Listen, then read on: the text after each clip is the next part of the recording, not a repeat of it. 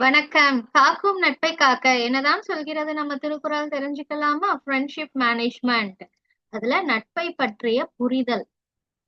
அதுல ஆராயாத நட்பின் விளைவுகள். இதுதான் நம்ம பார்த்துட்டு இருக்கோம். ஒரு நட்பை ஆராயாம நம்ம ஒருத்தங்களை, அதாவது ஆராயாம ஒருத்தங்க கிட்ட ஃப்ரெண்ட்ஷிப் வச்சுக்கிட்டோம்னா என்ன மாதிரியான விளைவுகள் ஏற்படும் அப்படின்றத நம்ம தெரிஞ்சுக்கிட்டோம். நட்பை எப்படி ஆராய்ஞ்சு வச்சுக்கிறது, என்னென்ன ஸ்டெப்ஸ் ஃபாலோ பண்ணணும், யாரு நல்ல நட்பு அப்படின்லாம் நம்ம திருவள்ளுவர் தாத்தா இதுல நிறைய விஷயங்கள் நமக்கு சொல்லி கொடுத்தாங்க இல்லையா? சரி, இந்த சாப்டர்ல நீங்க இது வரைக்கும் எத்தனை திருக்குறள் படிச்சீங்க? திங்க் பண்ணுங்க. கரெக்ட், 5 திருக்குறள் படிச்சீங்க இல்லையா?